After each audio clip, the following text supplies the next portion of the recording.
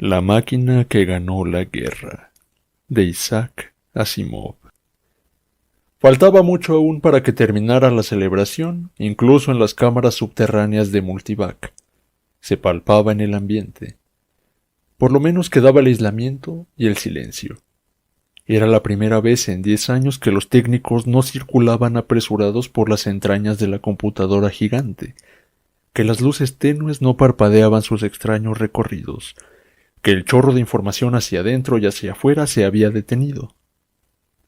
Claro que no sería por mucho tiempo, porque las necesidades de la paz serían apremiantes. Sin embargo, durante un día, o quizá durante una semana, Multivac podría celebrar el gran acontecimiento y descansar. Lamar Swift se quitó el gorro militar que llevaba puesto y miró de arriba a abajo el largo y vacío corredor principal de la inmensa computadora.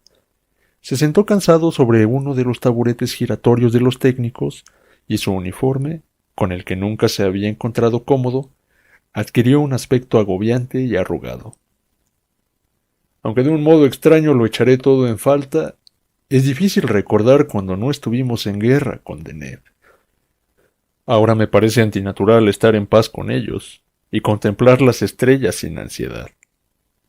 Los dos hombres que acompañaban al director ejecutivo de la Federación Solar eran más jóvenes que Swift. Ninguno tenía tantas canas ni parecía tan cansado como él. John Henderson, con los labios apretados, encontraba dificultad en controlar el alivio que sentía por el triunfo. ¡Están destruidos! ¡Están destruidos!, dijo sin poder contenerse. Es lo que no dejaba de decirme una y otra vez y aún no puedo creerlo.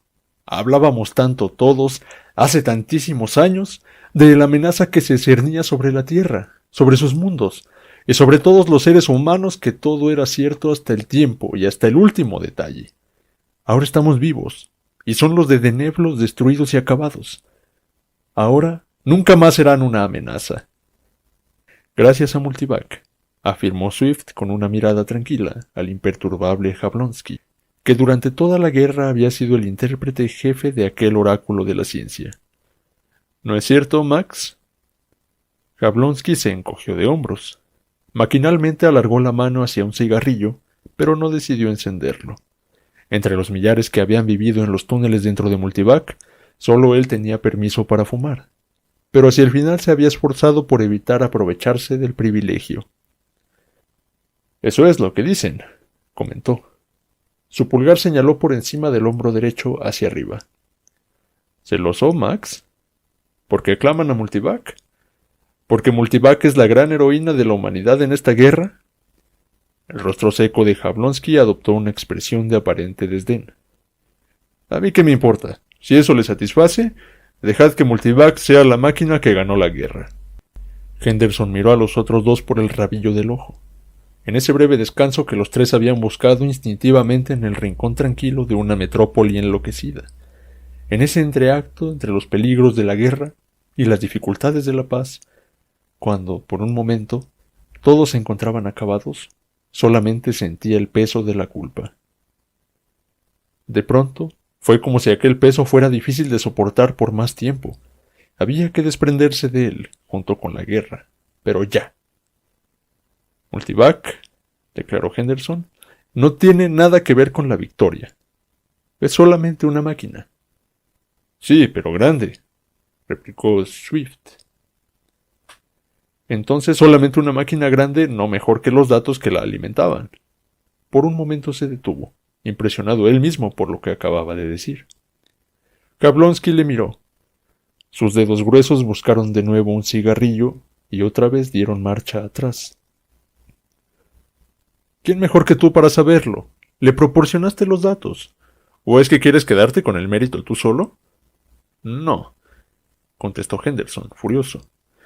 No hay méritos. ¿Qué sabes tú de los datos que utilizaba Multivac? Predigeridos por 100 computadoras subsidiarias de la Tierra y de la Luna y de Marte, incluso de Titán. Con Titán siempre retrasado, dando la impresión de que sus cifras introducirían una desviación inesperada. Haría enloquecer a cualquiera, dijo Swift con sincera simpatía. Henderson sacudió la cabeza. No era solo eso. Admito que hace 8 años, cuando reemplacé a LePont como jefe de programación, me sentí nervioso. En aquellos días todas esas cosas eran excitantes. La guerra era un algo lejano, una aventura sin peligro real. No habíamos llegado al punto en que fueran las naves dirigidas las que se hicieran cargo, y en que los ingenios interestelares pudieran tragarse a un planeta completo si se les lanzaba correctamente. Pero cuando empezaron las verdaderas dificultades... Rabioso, pues al fin podía permitirse ese lujo, masculló. De eso no sabéis nada. Bien, contemporizó Swift. Cuéntanoslo. La guerra ha terminado, hemos ganado. Sí, asintió Henderson. Tenía que recordar que la Tierra había ganado y todo había salido bien. Pues los datos resultaron inútiles. ¿Inútiles?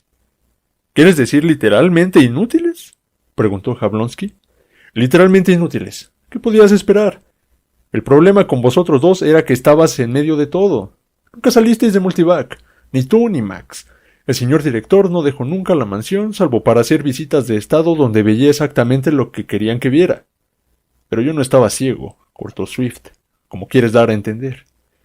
¿Sabe hasta qué extremo los datos concernientes a nuestra capacidad de producción, a nuestro potencial de medios, a nuestra mano de obra especializada, a todo lo importante para el esfuerzo bélico no eran de fiar, ni se podía contar con ellos durante la última mitad de la guerra?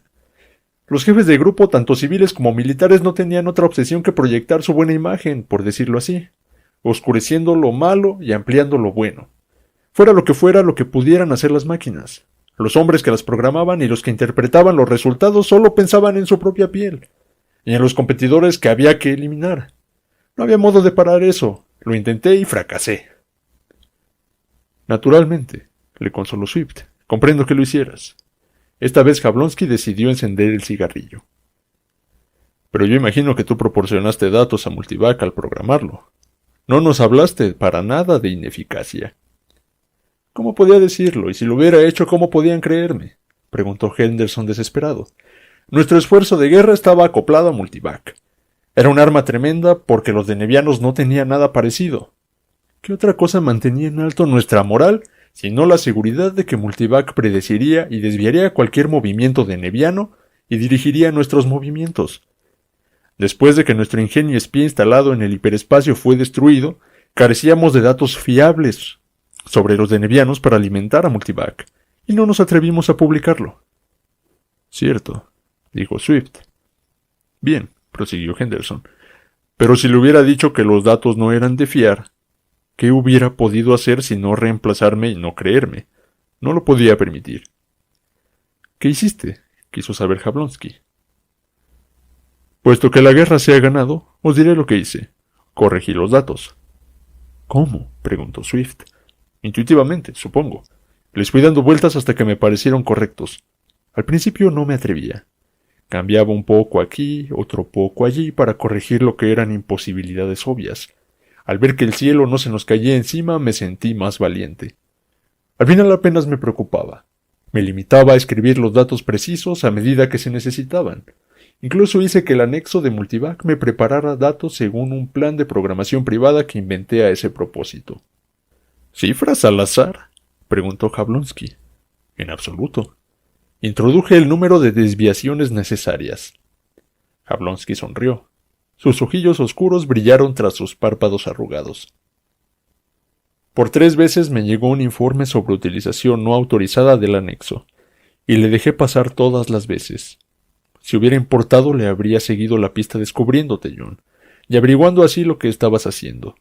Pero naturalmente nada sobre Multivac importaba en aquellos días, así que te saliste con la tuya. ¿Qué quiere decir que no importaba nada? Insistió Henderson, suspicaz. No importaba nada. Supongo que si te lo hubiera dicho entonces te hubieras ahorrado tus angustias.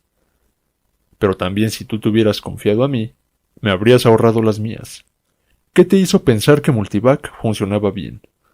Por muy furiosos que fueran los datos con los que la alimentabas. ¿Que no funcionaba bien?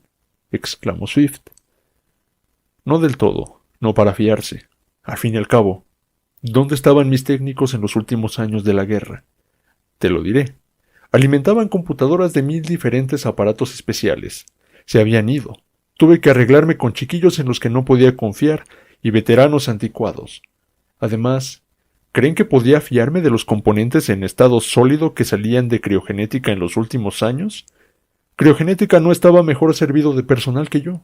Para mí, no tenía la menor importancia que los datos que estaban siendo suministrados a Multivac fueran o no fiables.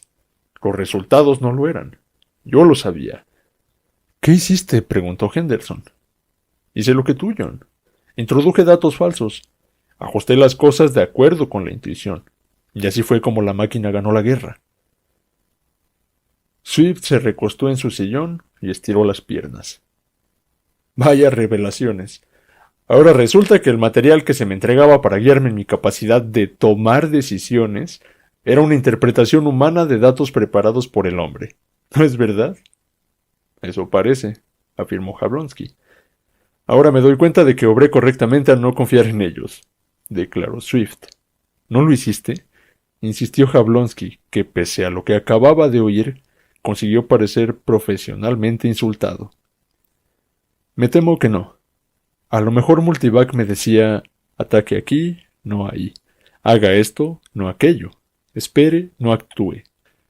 Pero nunca podía estar seguro de si lo que Multivac parecía decirme, me lo decía realmente, o si lo que realmente decía, lo decía en serio.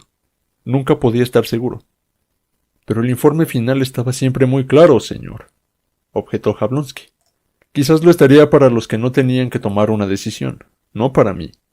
El horror de la responsabilidad de tales decisiones me resultaba intolerable, y ni siquiera Multivac bastaba para quitarme ese peso de encima. Pero lo importante era que estaba justificado en mis dudas, y encuentro un tremendo alivio en ello. Envuelto en la conspiración de su mutua confesión, Jablonski dejó de lado todo protocolo. Pues, ¿qué hiciste, Lamar? Después de todo había que tomar decisiones. Bueno, creo que ya es hora de regresar, pero os diré primero lo que hice. ¿Por qué no? Utilicé una computadora, Max, pero una más vieja que Multivac. Mucho más vieja. Se metió la mano en el bolsillo en busca de cigarrillos y sacó un paquete y un puñado de monedas. Antiguas monedas con fecha de los primeros años antes de que la escasez del metal hubiera hecho nacer un sistema crediticio sujeto a un complejo de computadora. Swift sonrió con socarronería. Las necesito para hacer que el dinero me parezca sustancial. Para un viejo resulta difícil abandonar los hábitos de la juventud. Se puso un cigarrillo entre los labios y fue dejando caer las monedas, una a una en el bolsillo. La última la sostuvo entre los dedos, mirándola sin verla. Multivac no es la primera computadora, amigos, ni la más conocida, ni la que puede, eficientemente, levantar el peso de la decisión de los hombros del ejecutivo. Una máquina ganó, en efecto, la guerra, John. Por lo menos un aparato computador muy simple lo hizo. Uno que utilicé todas las veces que tenía que tomar una decisión difícil. Con una leve sonrisa, lanzó la moneda que sostenía. Brilló en el aire al girar, y al volver a caer en la mano tendida de Swift, cerró la mano izquierda y la puso sobre el dorso. La mano derecha permaneció inmóvil, ocultando la moneda. «Cara o cruz, caballeros», dijo Swift.